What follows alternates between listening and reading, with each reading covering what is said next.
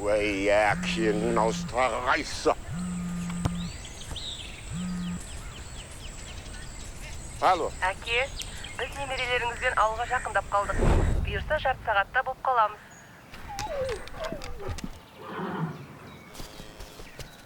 Бұларды кім шақырды, а? Қой, олар келмей тұрғанда мен бәрін тық қояйын.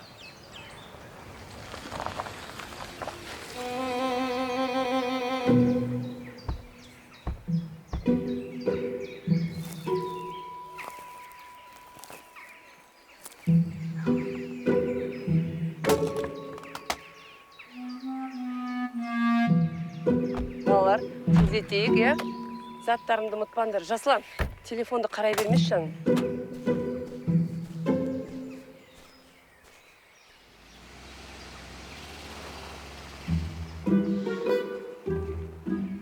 Балалар, тездетейік. О, привет!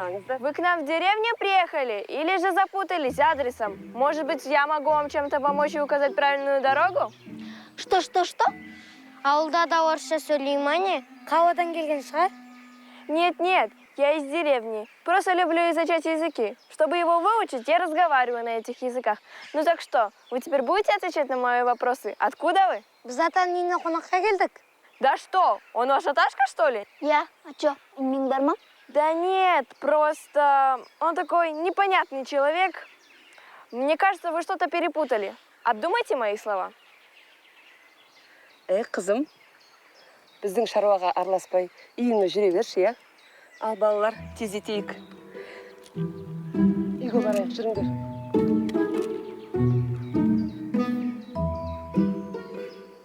Ой, әкешім, сол, бір өзіңіз қиналып қалмасын деп, оның үстіне немерелеріңіз де сағынған шығарсыз. Балаларымның демалысында бір келіп кетейік дедік. Сізге ауылдағы жұмыстарға көмектесіп. Қашан қайтасыңдар үйлеріңе? Келгеніміз енді ғой. Әлі бір апта боламыз. Бір апта? Я, бір апта. А чё, аз ба? Я, кешім білем, бір апта аз. Бірақ әлі алда жаз бар ғой. Сол кезде асықпай 3 айға келеміз. Ренжімеңізші, әке. Осы жолы бір апта ғана қалаламыз. Я? Әкешім, үйде ештеңе қалмаған ба? Не жеп жүрсіз? Мен барып дүкеннен заттар алып келейін, е? Балалар, сендер өздерің асықпай, киімдеріңді ауыстырыңдар, жақсы ма?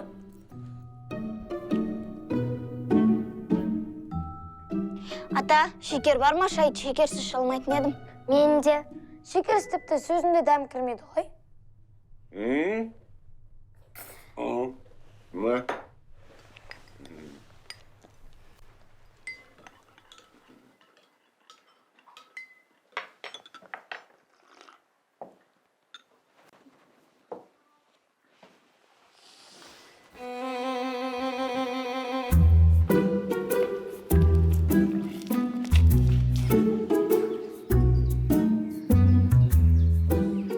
Сіз бізге не бергенсіз? Көзіңіз көрмей ме әлде қартайған соң алжадыңыз ба? Ого, бекер ой айттың.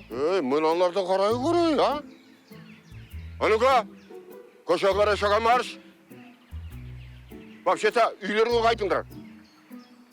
Тілдерін қарай көр бұлардың. Атамыздың осында қатау деп ойламаппын. Немересі болсақ та бізді ұнатпай тұр ғой. Біз үйден қуды ма әлде ойнасын деп шығардыңа түсінбей тұрғаным. Сәлем, сендер кімсіңдер? Мына қатыгез атаның үйінде не істеп жүрсіңдер? Қорықпай қалай кірдіңдер үйіне? Сұрақтарың көп екен сендердің. Біз немересі боламыз. Мүмкін емес. Неге мүмкін емес? Бәрде мүмкін. Жаңа не қатыгез деп айтып жатсыңдар. Ой, айтса әңгіме көп. Ол ата бар емес пе? Ол ата ауылдағы ең қатыгез ата. Ата ауылдағы ешкімді ұнатпайды, және ауылдың бәрі атадан қорқады. Тіпті біз кейбір балаларды ата келе жатыр деп қорқытамыз. Атаның қатыгездігі сондай, ауылдағы адамдар атаны көрсе, тілдерін жұтып қояды екен. Ата ауылдағы үйлерге бастырып барып, ақша талап етеді, және дүкендерден заттарды сұрамай алып кетеді. Егер атаның ашуына тиссең, Ата түнде балаларды ұрлап, қоймаға жасырып қояды екен. Әңгімелерің көп екен сендердің. Нормально сказка айтсаңдаршы. Ей, рас айтамыз.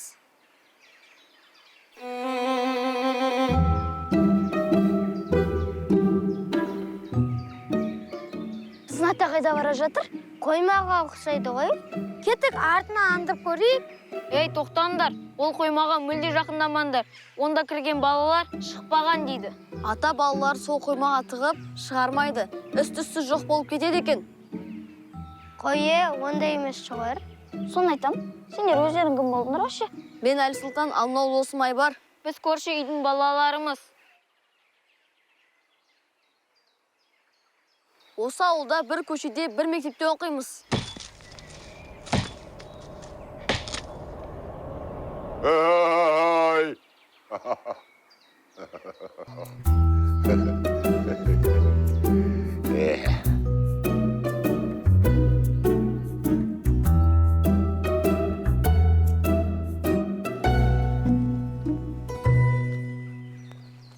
Здравствуйте. Может быть, вам помочь пакеты донести? Давайте я их донесу. Ой, не надо. Ой, тьфу, не деп кеттім. Қажет емес, рахмет. Ой, да не стесняйтесь вы. Давайте донесу. Я хорошая девочка. Я люблю всем помогать. Ну и что? Иә, жақсы қыз екенің көрініп тұр. Бірақ қазақша неге сөйлемейсің? Сөйлеймін, жайына айттым ғой. Мен тіл үйренемін.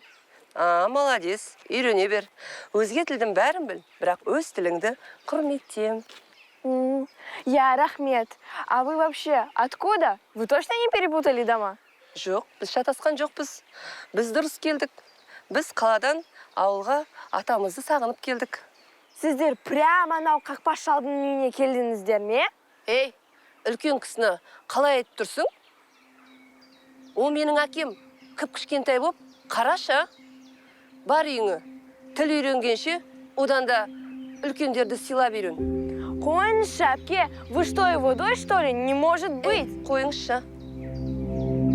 Қызым, шай іше ғой. Рахмет, анашым, сізден бірдеңке сұрамақшы едік.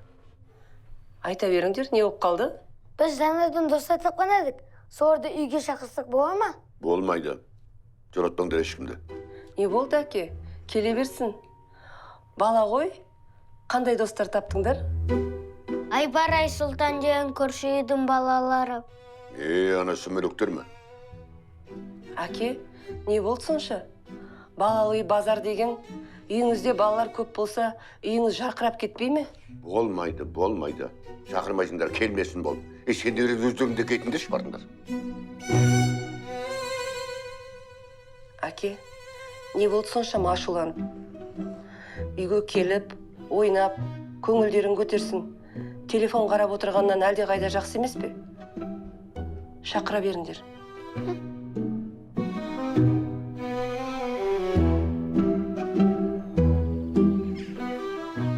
Айтып жатырмыз ғой, аталар өте нашар адам. Тіпті ата бір баланы жоғалтып алған. Оны өз көзімен көрдің бе? Жоқ. Онда не деп тұрсыңдар? Өтірікті жібереді екенсіңдер. Ей, Өй, сенбеңдер. ойға кіретін әңгіме айтсаңдаршы. Атамыз нашар адам екенін түсіндік. Бірақ слишком сендер айтқандай емес, олай өсектер атпаңдар. Ей, бұл өсек емес, сенбесеңдер сенбеңдер. Онда қоймаға барып көрейік та. Сол кезде біздің айтқанымыз дұрыс екеніне көздерің жетеді. Жарайды, сендерге сенейік. Тек атаның қоймасына барып қалған кезде ғана. Иә, бізге дәлел керек.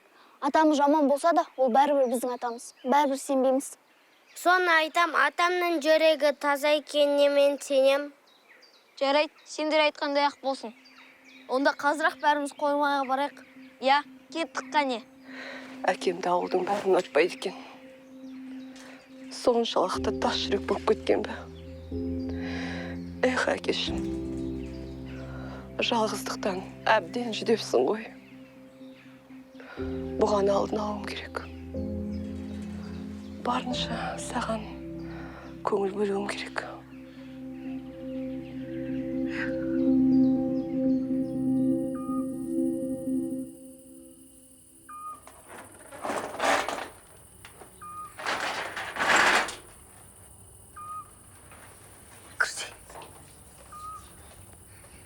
Мына жерде свет жоқ екен.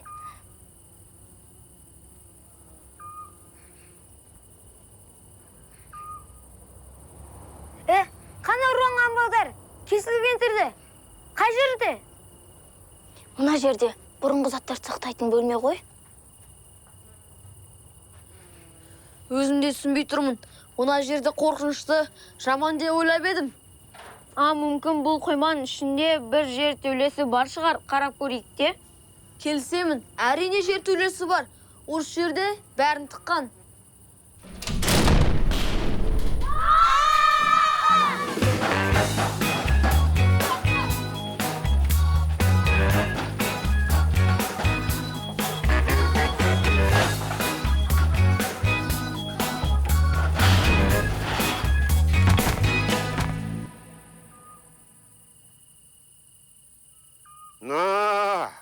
Кішкентай оңбағандар. Кәне сызыңдар.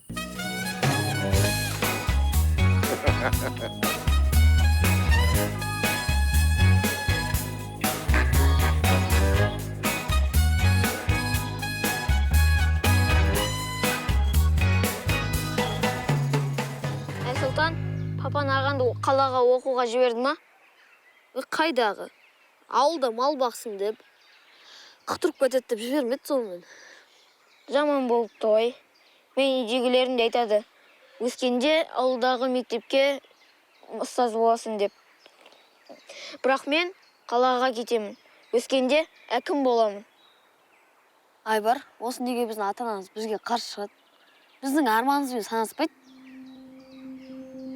Айтпа досым, бірақ мен өз арманым үшін күресемін. Қазір ата-анама мақұл, сіздердікі дұрыс деп жүрмін. Әйтпесе ата-аналарын тыңдамасам, мені әкем огородқа салып қояды. Сол үшін үндемей жүрмін. Айбар, негізі сен ақыл жігітсің ғой. Мен саған қарап қызығам негізі. Бір проблема болса, бір сразу жауабын тауып аласың. Енді дұрыс қой. Мен армандарым өте көп. Бір проблемаға бола жеңілуді қаламаймын. Атам айтушы еді, кез келген сынақты жеңіл қарсы ал деп. Міне, атаның сөзін тыңдап жүрмін. Айбар, неге сен атаң мықты адам ғой? Айтпақшы, кетіп жасыңдардың ер бізді күтіп қалған шығар. Иә, олар күтіп отырған. Олар тағы кешігіп қалмай кеттік.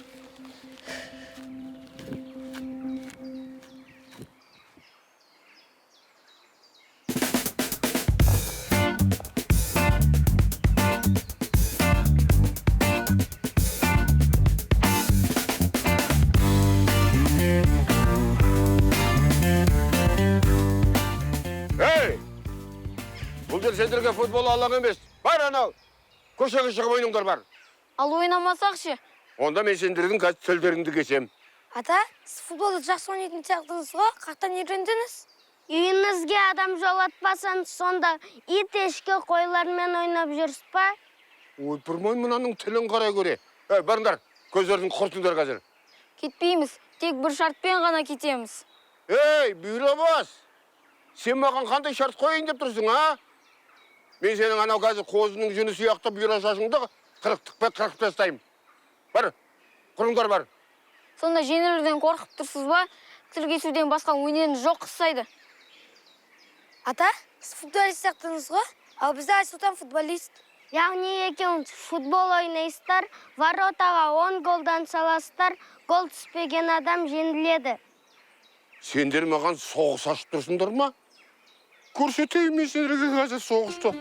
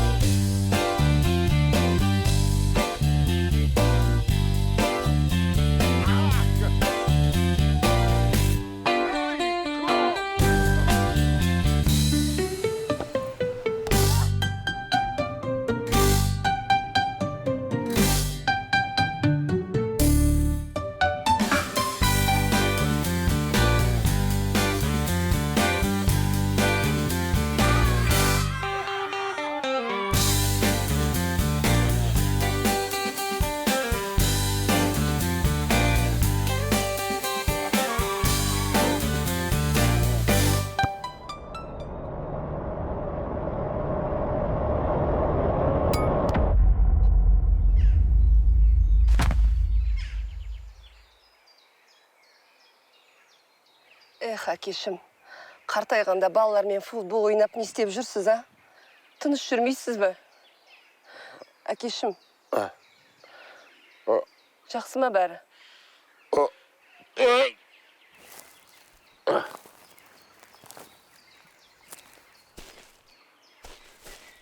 Ой, сендерді.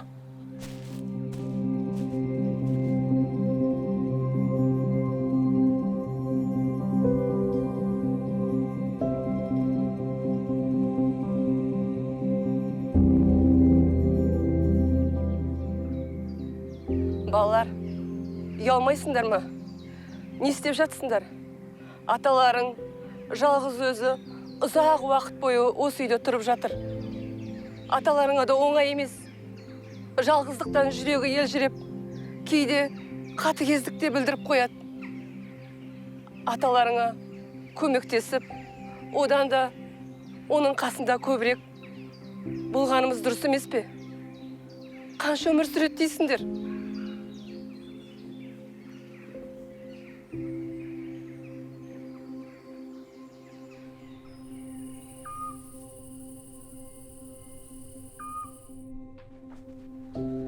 Әке, не істеп отырсыз? Ауырып отырсыз ба?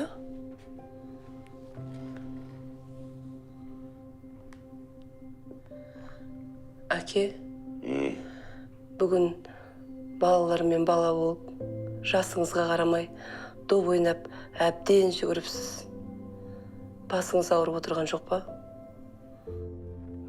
Жоқ, ауырып отырған жоқ. Есіңде ме, әке? Бала кезімде мені ауыл сыртындағы магазинге апарып, барлық қалаған заттарымды алып беруші едіңіз. Үйге келгенде анашым, осы қызды әбден еркелетіп біттің. Тәттілерден тамақ жемей қойды. Енді алып берме деуші еді. Иә. Сонда анаңа, ей, мен тәтті әперсем біреудің қызына емес, өзімнің қызыма беріп жатырмын. Көресің ертең, бұл үлкен бастық болады дейтін мен. Иә, сол кезеңдер ең қызықты, естен кетпес кезеңдер. Шіркін-ай. Иә.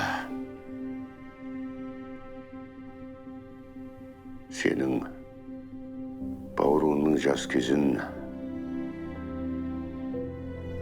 аналарыңды сағындым. Сол кездер ең қызықты, естен кетпес кезеңдер еді. Иә. Сенің кішкентай кезің, бауырыңның кішкентай кезі. Аналарыңды сағындым. Иә, әке. Мен де сағындым. Мен де.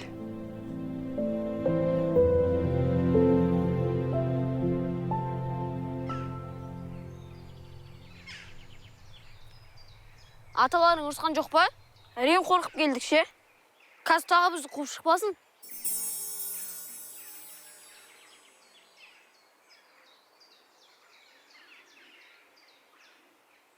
Мынау не?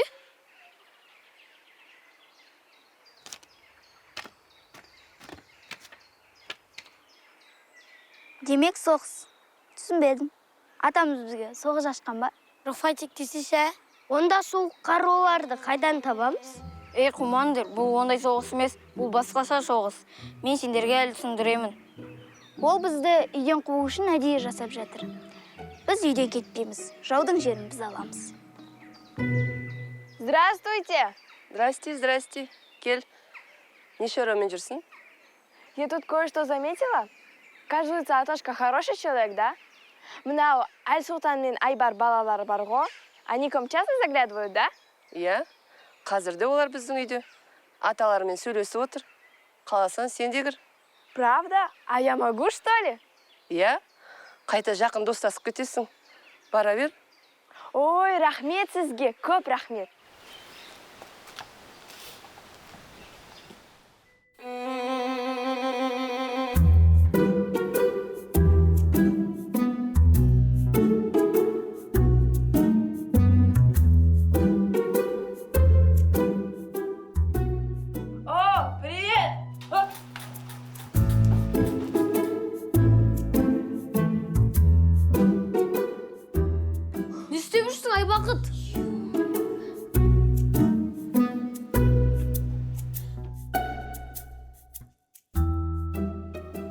Мынау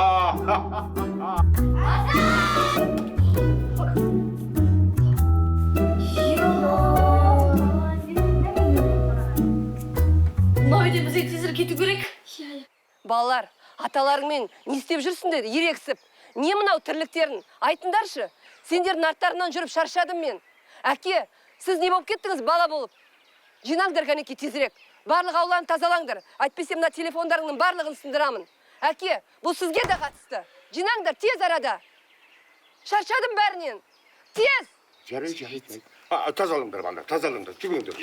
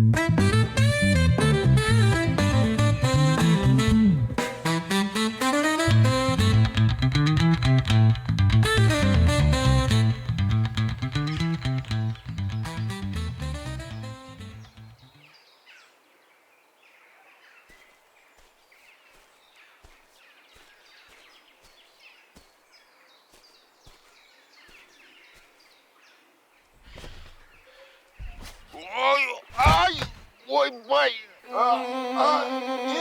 Ой,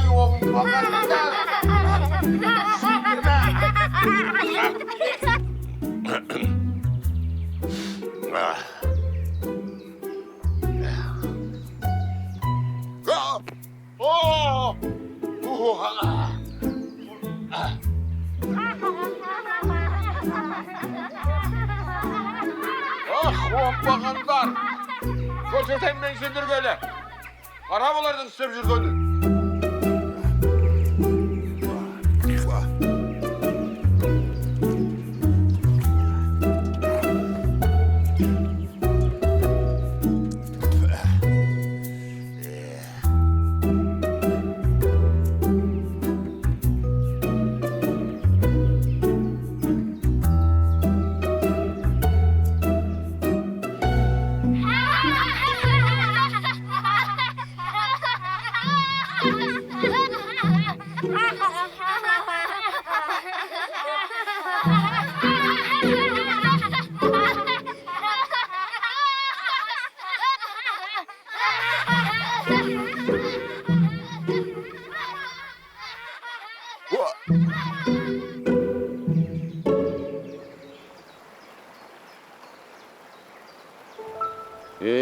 Кемпірім-ай, сенің қадірің өтті ғой.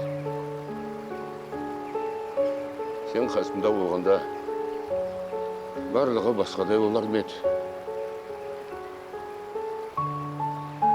Орның ойсырап тұр ғой. Сол кезде бөтен біреудің баласын құтқармай-ақ қойғаныңда мүмкін қасымда отырар ма едің?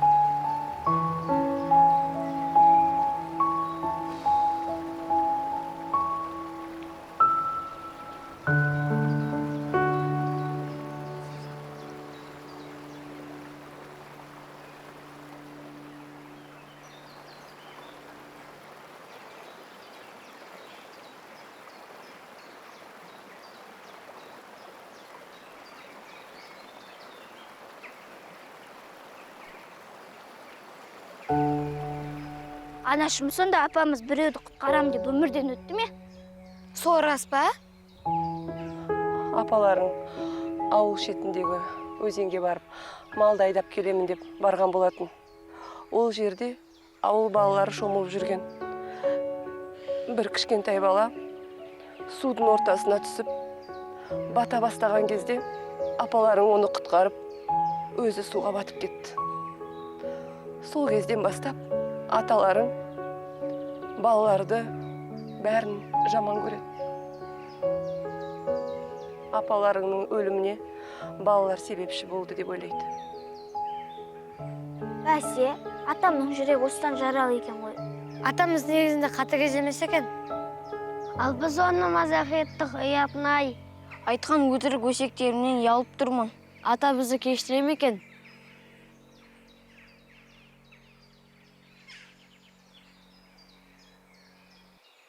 Срочно! Срочно! Ваш там дедушка утопиться хочет! Өлейін деп жатыр! Дедушка ваш утопиться хочет!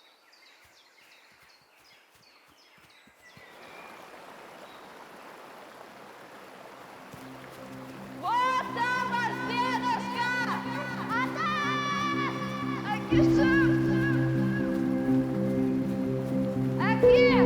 Әке, олайсың мен үшін!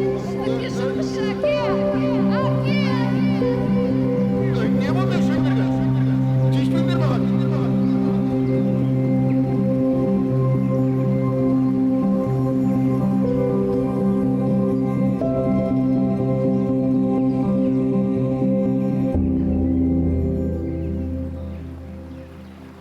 Сендерге не болған екенсіз, Бір мен бір келіп судың жағасында бір аяғымды жуып дем алайыншы деп едім. Бәрің жабылып. Бірақ енді сендерге де рахмет енді. Мен ана аяғымның тамыры тартылып, аяғымды көтере алмай қалдым ғой. Бәрімізді шошытып жібердіңіз ғой, әке. Ай бақыт. Я думала, он хотел с собой покончить, поэтому к вам прибежала и испугалась, хотела быстрее сказать, чтобы его жизнь спасти. Ой, не дейді құдай. Жоға, ешқандай анау самоубийство жоқ ол. Мен әшейін табиғаттың аясында бір демалайын деп, сендерден шаршадым өзім. Оңаша демалайыншы деп едім. Әке, табиғатты қараңызшы. Қандай әдемі. Есіңізде ме, әке? Бәріміз осы жерге келіп, улап, шулап, ойнап, суға түсіп кететінбіз. Мен, анам, бауырларым, сіз, бәріміз. Оның несін айтасың қазір? Әке, мүмкін барлық ренішті ұмытып, жүрегіңізді жібітетін уақыт келген шығар. Сіз жалғыз емессіз, әке. Сіздің қасыңызда біз, немерелеріңіз, бауырларың бар. Әке, барлық ренішті осымен ұмытып, қабылдайтын уақыт келген шығар. Ата, біз бәрін білеміз. Яғни апаммен болған оқиғаны. Сіз сол үшін қатыгез болып кеткеніңізді білдей білеміз. Бізді кешіріңізші, өтініш. Ата, сіз апам орында болған кезде сол адамды құтқарушы ме едіңіз? Мен сенемін сізге. Сіз апамның орнына болсаңыз, сол адамды құтқарушы едіңіз. Енді апам өзін өлтіремін деп әдейі жасаған жоқ қой. Ата, біз сізді жаман қатыгез ата деп ойлап қалдық. Кешіріңізші, бірақ мені бұйрабас деп айтпаңыз. Ата, кешіріңізші. Уәде берем, ендігде жақсы немере боламыз. Кешіресіз бе? Жарайды. Ата, біздің өтірік өсектеріміз үшін бізді кешіріңіз. Әке,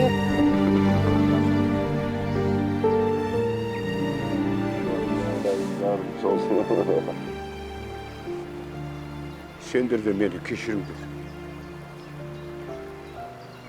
Менің осындай қатыгез болғанымда